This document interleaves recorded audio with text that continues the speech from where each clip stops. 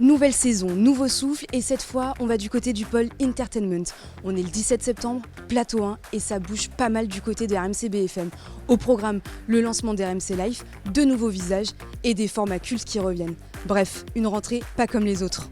Stéphane, c'est une conférence de rentrée, c'est un moment clé. Qu'est-ce que tu avais envie de montrer aujourd'hui ? Je voulais raconter et que l'auditoire sente l'ambition des chaînes RMC et particulièrement du Canal 25. Je voulais que les gens comprennent bien, sans faire offense à Chérie 25, qu'on ne va rien garder de Chérie 25 et que c'est pas une relance, c'est un lancement d'une nouvelle chaîne qui ne ressemblera pas du tout à ce qui a préexisté et qui ne ressemble pas non plus à ce qui existe aujourd'hui sur le marché. Ça ne ressemble pas à RMC Découverte, ça ne ressemble pas à RMC Story, ça ne ressemble pas à la concurrence. C'est la nouvelle grande chaîne préférée des femmes, une chaîne sur laquelle on fait du bien. Et quand on parle de nouveautés, on pense forcément aux visages qui vont incarner cette nouvelle saison.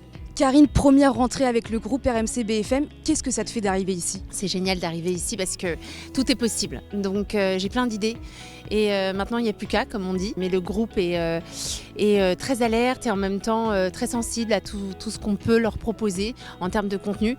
Et ça c'est génial de pouvoir se dire voilà, j'ai plein d'idées et je vais probablement pouvoir les développer et les partager avec les téléspectateurs. Quel genre de contenu t'aimerais partager avec les spectateurs justement ? Il y a plein de choses, c'est tout ce qui m'intéresse forcément, mais il y a la cause animale, il y a le médical, il y a la transmission, il y a l'éducation. Enfin, voilà, ce sont des sujets et des choses qui me parlent. Christina, c'est un peu ton premier jour ici. Qu'est-ce que ça te fait d'arriver dans ce groupe ? Je suis ravie d'être ici. Ça va être une chaîne féminine, c'est ce qui me réconforte beaucoup. La programmation, elle va être vraiment top. Il y a vraiment des sujets différents. Et moi, je viens avec mon émission que j'ai déjà présentée. Je ne pouvais pas ne pas accepter parce que c'est Cause Humain. Et c'est bien de faire quelque chose qu'on connaît déjà. C'est une émission qui a des souvenirs, qu'on a passé un bon moment. J'espère retrouver les mêmes équipes. On verra bien, mais je suis ravie. Et juste comme ça, entre nous, mon outfit, on en pense quoi ? Vous voulez que je vous dise la vérité ? Oui. Vous pouvez mieux faire. C'est terrible.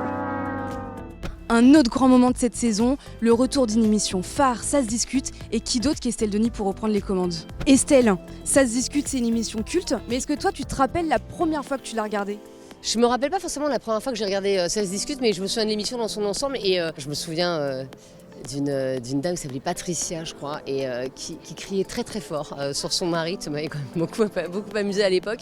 Et c'est ça aussi qui est assez génial, c'est que dans la nouvelle version de Ça se discute, on retrouve des témoins qui étaient des témoins emblématiques de Jean-Luc Delarue et on essaie de savoir ce qu'ils sont devenus 15-20 ans après. Et ça te fait quoi de reprendre justement les rênes de ce programme culte que beaucoup de Français connaissent ?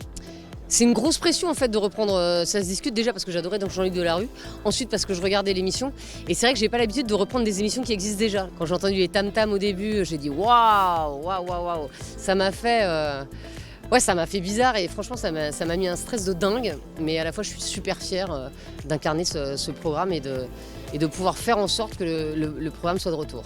Et derrière tout ça, il y a évidemment une vision de marque. Samantha, RMC Live, RMC Découverte, RMC Story, quelle place prend le divertissement aujourd'hui dans le groupe RMC BFM ?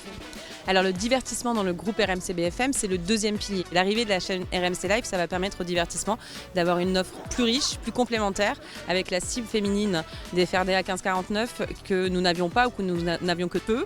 RMC Story, c'est une chaîne mixte, individu 25-49 ans. RMC Découverte, c'est une chaîne qui plaît beaucoup aux hommes et qui séduit beaucoup les hommes 25-49 ans. RMC Live, ça sera une chaîne destinée aux femmes et qui parlera aux femmes. Et donc ça permettra à l'offre divertissement du groupe RMC BFM d'être complète. Nouveaux visages, nouvelles chaînes, nouveaux formats et même des légendes qui reviennent. La saison est lancée. En attendant, vous avez de quoi vibrer, débattre et même vous divertir. Et nous, on se retrouve en 2026 pour le lancement d'RMC+.